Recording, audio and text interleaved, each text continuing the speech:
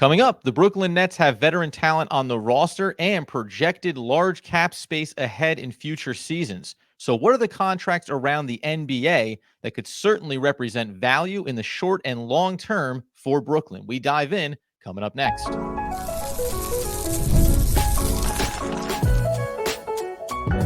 You are Locked On Nets, your daily Brooklyn Nets podcast. Part of the Locked On Podcast Network, your team every day. Yes, my friends, it is the Locked On Nets podcast right here on the Locked On Podcast Network. It's your team, the Brooklyn Nets, every single day. He's Doug Norrie. I'm Adam Armbrecht. We thank you, as always, for making us your first listen of the day. We are 100% free on all those great platforms. And let you know today's episode is brought to you by Gametime. Download the Gametime app, create an account, and use promo code LOCKEDONNBA for $20 off your first purchase. And Doug, as the season approaches, and as we know, there is veteran talent on the Nets roster that they might prefer not to be here long term. You take a look around the league at where they could maybe make some margin moves depending on how other teams play out the early portion of their season. Yeah, it's going to be interesting to see how this shakes out. I mean, obviously, we know that the Nets are going into this season with no intention of winning, but maybe having the intention of covering the mistakes of some other organizations that need to pivot with their own financial constraints, or, figure out how to get off contracts that they might not be so interested in anymore, or just free up money because they want to make other moves. And maybe it pushes into the next offseason a little bit more as things kind of like crystallize. But we know that the Nets are already going to be trying to get off some money in this season with Cam Johnson, with Dorian Finney-Smith, the most likely guys. Maybe Bogey is out of here too. I mean, it's crazy how little we've heard about him kind of at all, about what even, I'm not even sure I've seen him in some of the early Nets media stuff about whether he's even kind of in Brooklyn. I'm not sure, but regardless, we just know that some of these guys are out the door, which opens up opportunities for other teams to maybe, try to cure the sins of their own past when it comes to laying out more money than they should have. Although it is a tricky balance with this kind of thing, sort of when you're trying to project it. You mentioned Bogdanovich just quickly. He has such Timothy Mozgov vibes when the Nets made those moves years ago, and it's just taking on a really big, ugly contract. And it's not like for like, but it just didn't matter. Yeah, at the time, you were like, there's no sense of, well, Timothy Mozgov, we'll see how he contributes to this team. It was very just much a matter of wait until he's no longer a Brooklyn Net either. So we'll see how it does play out, although there are some numbers that maybe are beneficial when we get into the Bogdanovich of it all. The interesting part for me right off the top here is when we look at, I would say, arguably from a talent standpoint, an age standpoint, Cameron Johnson, obviously, to me at least, represents the highest value on this current roster. Even though we know what Dorian Finney-Smith has been in other iterations in places like Dallas, if you put Cameron Johnson onto a high-level playoff team, that's where his value is going to spike. Just from, very quickly, just from a contract standpoint, where at the initial time of the signing, you and I thought, good deal, money's fine. Then you get into the season, performance, not ideal. Maybe contract, not so good. Now you turn around, and coming into this season, he's the 77th ranked contract at $22.5 million in 24-25. And it runs all the way through 26-27, but he'll only make $22.5 million in that year as well. There is something about it in terms of movability, as we'll highlight some of the other numbers around the league that could match up here for him. That is a very movable contract, I would say, even given what I think is, just like we went through with Mikal Bridges, a different version of value on this player relative to what it looked like when they came over from Phoenix initially. Yeah, look, he had dealt with a lot of injuries last year, which is for sure not helping the trade value, right? Like, he was just in and out of the lineup. It was like soft tissue stuff. We know the hamstrings were an issue all year long. Like, he would be fine in games, and then he'd have to go out and he would get sat a lot. It was just like a really weird season. It's never really, he could just never maintain long stretches of being injury free. And I think that's probably part of the problem of trying to move his contract now is that it just wasn't a total clean bill of health last year. And even though he still shot the ball decent, and when he played, it looked fine, and he had some flashes where it was kind of that guy that we definitely hyped up a little bit, probably too much going into last year. But I just think that he ends up in that weird spot where it's not exactly a spring chicken by NBA standpoint. It's not old, but also dealt with some injury stuff, and he's kind of been injured a decent amount during his career also. Yeah. And that just has to give teams a pause when it comes to sending back money plus a pick. And if Sean Marks is holding the line on a first round pick or something like that, and look, the contract dips down to $20 million next year. It's like a good deal, Yes. still a fine deal. But if you're holding the line on player matching money plus pick, I think there's just enough. There's enough of a story going the other way with other teams that I'm not surprised at all that he has not been moved. That is not surprising to me.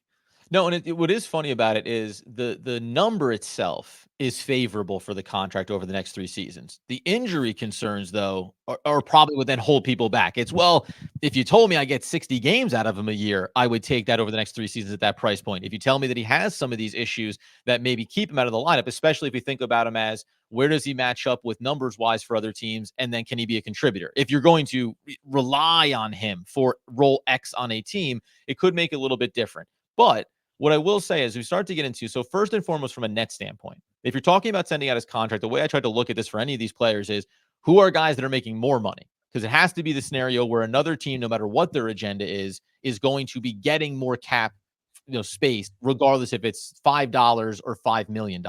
So you go right up the board here. You have Bruce Brown on an expiring contract at $23 million. We talk about Brook Lopez, the aged veteran, both 2 former Brooklyn Nets, or New Jersey Nets as well for Brook. Maybe a little reunion there. That's expiring money that the Nets could say, yeah, man, we'll of course move this contract, and maybe it lessens what Sean Marks is requesting or demanding in terms of draft capital as well. But as you work your way up the board, there are other notable names that have multiple years left. I didn't mention this to you before the episode started, but it just happened with Detroit. They now have Tobias Harris. He has 2 years remaining at 25 and north of $26 million.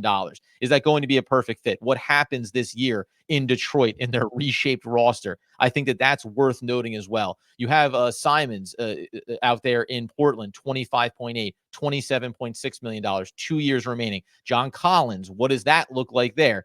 There are these versions of rosters and salaries that you could squint and see if you believe in the health of Cam Johnson.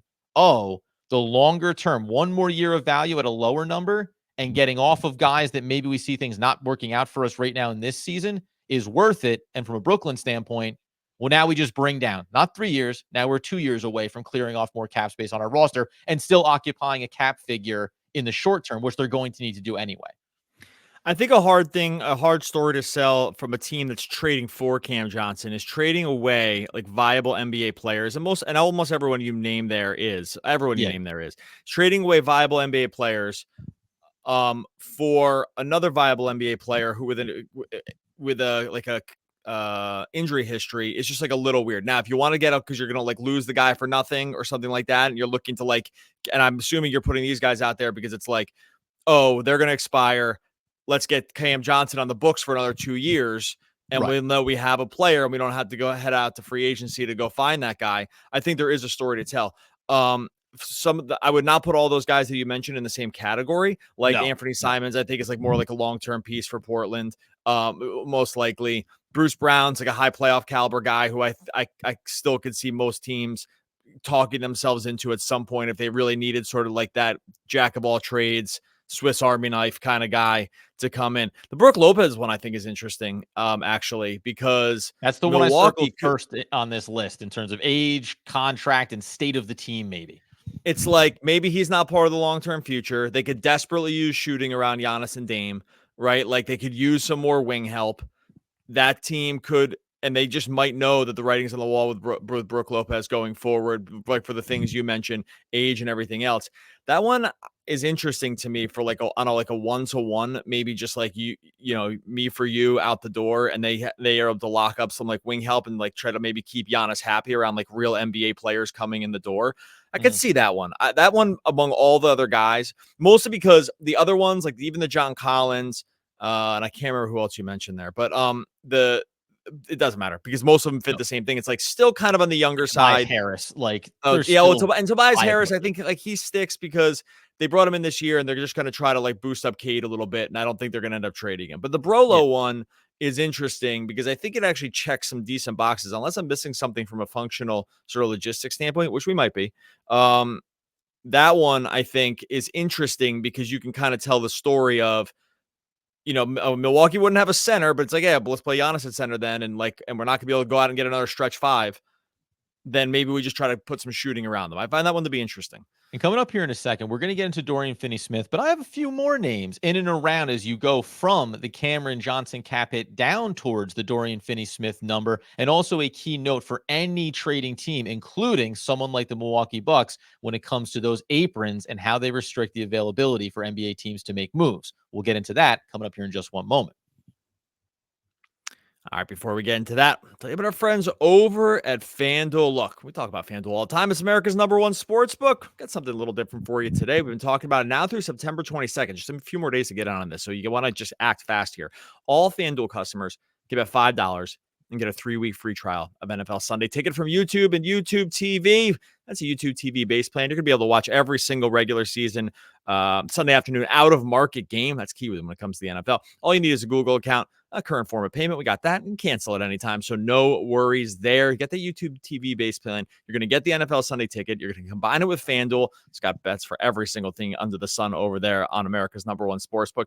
Right now, just visit FanDuel.com. Get in this offer, September 22nd. Not much time left. FanDuel.com. Download America's #1 sportsbook. All right, so as we continue today's Locked On Nets episode, talking about contracts for the Brooklyn Nets and how they can maybe navigate the upcoming season, flip over some value, and put themselves in a position to have even more cap space in next offseason, understanding that Ben Simmons, $40 million is coming off the books. You have a player option we'll talk about, obviously, with Dorian Finney-Smith that, as Doug noted, going back earlier in the offseason with the way some of these other veteran contracts were coming up in free agency, seems more likely that Dorian Finney-Smith is going to pick up that extra year at over $15 million. But the one thing to note, you mentioned like the Milwaukee Bucks and some of the mechanics of this. They're one of the teams with the second apron. They cannot add in multiple contracts to aggregate salary when it comes to trades like these. So that's where, hey, Cameron Johnson making less money, that's totally fine. You mentioned not having a center. Well, maybe we'll throw in Day'Ron Sharpe. That butts up right against the category of not having enough to cover it. And then the Milwaukee Bucks not being able to say, well, where's a low-lying contract we can throw in the mix here to make the numbers work? So there's always going to be some of those concerns. If we pluck out Lopez as being the most interesting out of that top group, I'll just also mention one other selection of players. These are the ones when it comes to, they're slightly below in terms of salary from Cameron Johnson, but probably make more sense on a, would these teams be willing to make these kinds of moves? Vucevic, the forever dreamer. He's making $20 million and 21.4 next year. This is nice for Brooklyn to still have money on the books. You can also take a look at guys that we're familiar with as we start to move down the list. Colin Sexton making 18.35 over 19 next year.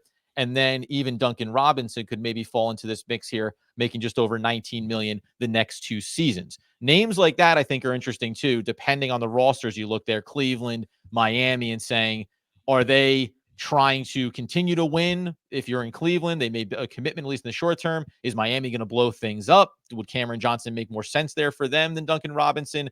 I find those guys interesting, but this is where you get into the weird category of being a little bit over in terms of salary going out versus salary coming in. Yeah, the Vooch one's interesting because he might be totally cooked. Right. Like and the Giants, the Nets are in a perfect spot to take cooked players, right? Like, we'll take your cooked contracts. That's fine for us if it's only 1 or 2 years. Yeah, exactly. Like he could be cooked. He was horrible last year. Like just a total stiff on defense. I know some of like the counting stats looked okay, but the time on it was really, really not good for him. And he's the kind of guy. It's like, how much better is it going to get at 33? As a big, 7-footer at 33 years old, like how much better is it going to get? Again, it always gets a little tricky because you're going to sign Cam Johnson, who might be also injury prone, for another year after that. Like we just open up all these problems. Like, even with the Duncan Robinsons and the Miamis, like where they are, and some of these other guys, is we just open up just not having that clean bill of health for Cam Johnson. I guarantee this is why they have not traded him yet. I without having that sourced at all, how hard is it to see when another team calls, or Sean Marks calls one of these teams and says, are you interested? And they say, yeah, look, he shot 39% from 3. This guy can clearly floor space. He can defend multiple positions. If he's healthy, then we can see him sort of fitting into the mix. And there's lots of teams that could just use shooting. Orlando could use floor spacing, right? Like there's just teams. Denver has always needed it, but they don't just have, no one has all the guys and the pieces to be able to trade. And so there's teams that just require this kind of skill set. But when you really get down to brass tacks, it's just, look, if the guy played 66 games once in his career and has been like lower or considerably lower than that for every other season. And that's just not super awe-inspiring if you know you're taking this season plus 2 more seasons, even at okay money. So I think that those names that you threw out there are all reasonable for sort of like, maybe not Duncan Robinson, but like for like sort of different Price too reasons. valuable, yeah. Yeah, he just does most of what Cam Johnson does, Right. probably, like, except for being a little smaller, but just a better shooter. Right. I'm not comping them, but he just gives you that elite floor spacing. It's just like, it just ends up so funny, and I just don't.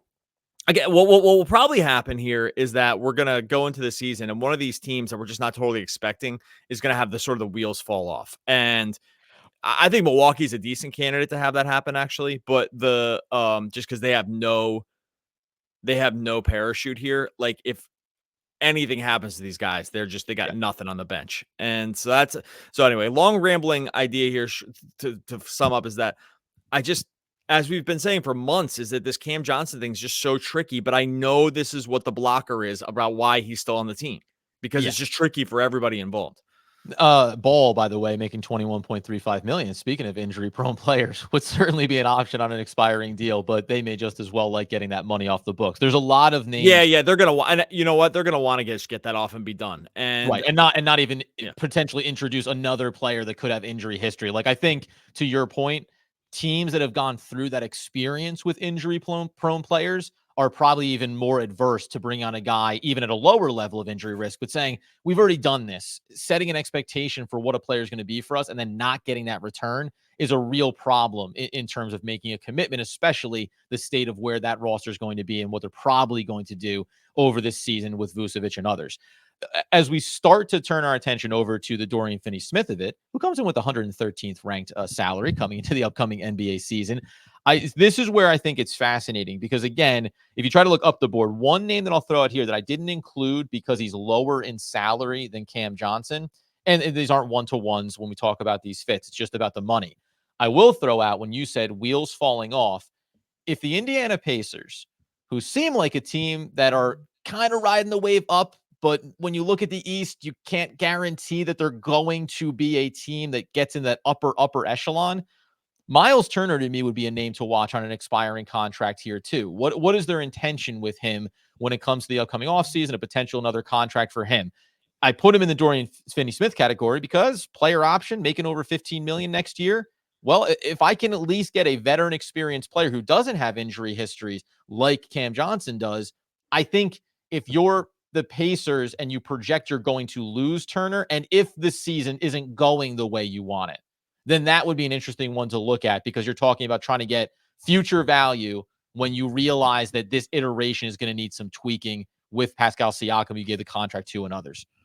Yeah, I have a pretty strong answer on that one. I'll give you to you here in just 1 second. Ooh. First, we're going to talk about our friends over at Gametime. Look, if you're buying tickets right now, whether it's for the game, whether it's for the concert, the comedy show, the theater, whatever, you got to get on Gametime Picks. I got a new feature that makes getting Gametime Picks makes getting tickets for your favorite live event even easier. It just filters out the fluff. It's going to show you only incredible deals and great seats. You don't have to waste your time searching through thousands of tickets. They got super deals. They got curated deals to make it super easy to find stuff. You can see the seat views before you even buy. They got the lowest price guaranteed, event cancellation, job loss protection. It's all there for you over on Gametime.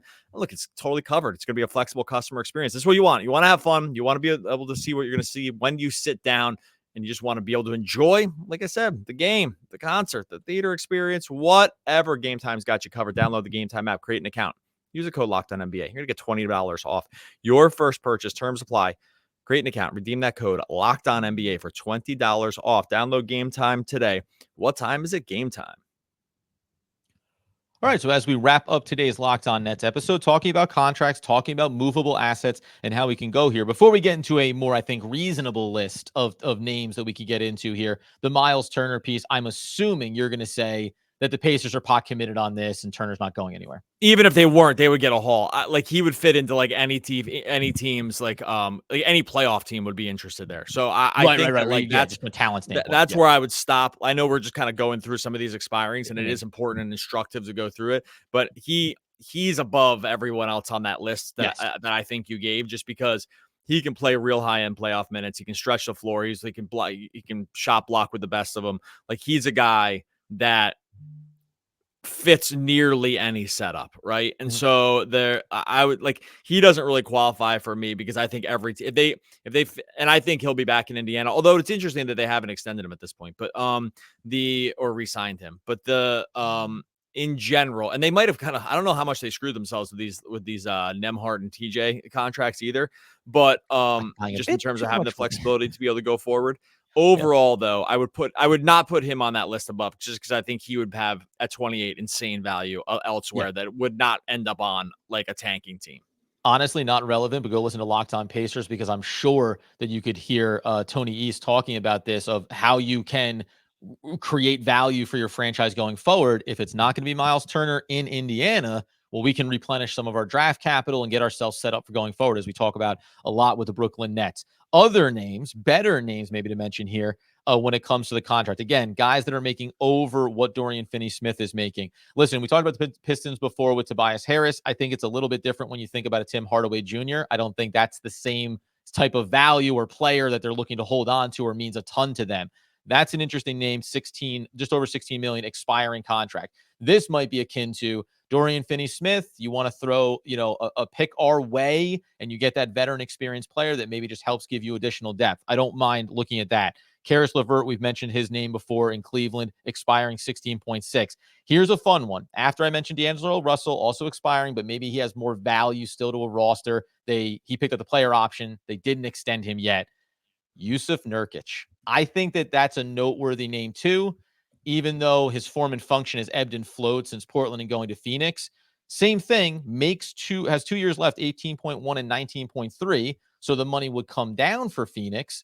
And while it would still be 2 years on the books for Brooklyn, I think you can get something added in there potentially, even if it's going to be low level, because Phoenix doesn't have a lot of assets to work with. Yeah, I wish if they had like another guy to play any big minutes behind him. But I mean, maybe you see Mason Plumlee as the guy or something like that, instead of Nurkic. Like, they brought him in the offseason.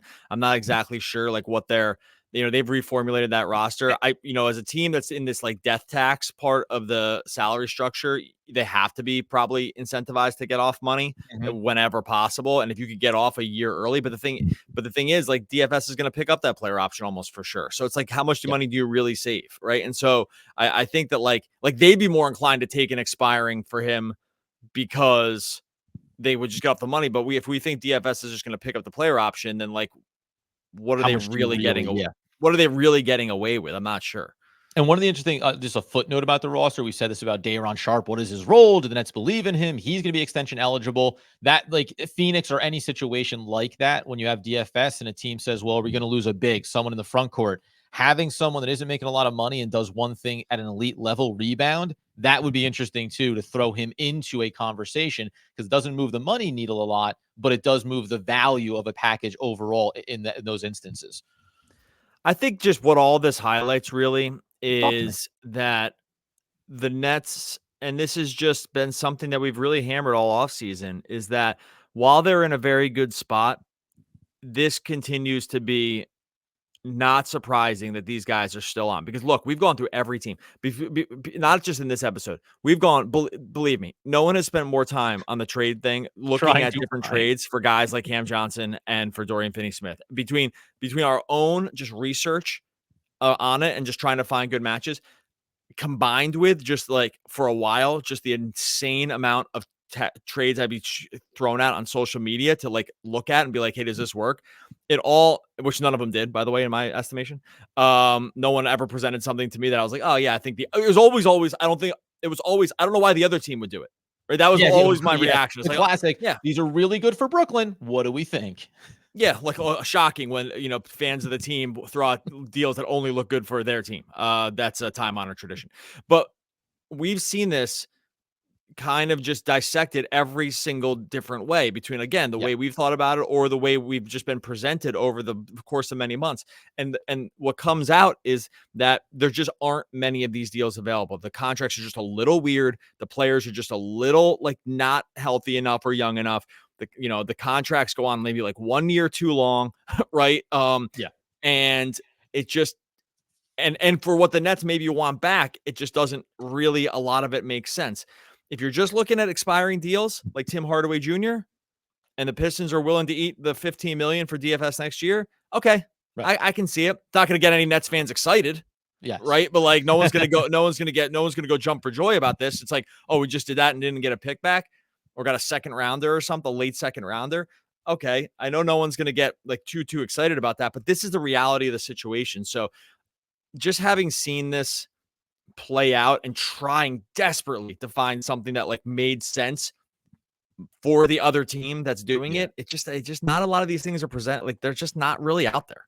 A lot of ambiguity, obviously, around Bogdanovich. We said 19 million. We're not sure. You don't get into that field really because we don't. I'm not missing anything there, right? Have you heard a single thing about him? I think we talked about it, but I haven't. I don't even think I've seen him at like the training camp stuff. Now I know not every team player's reported, but I don't think I've heard or seen a single thing about him since that trade.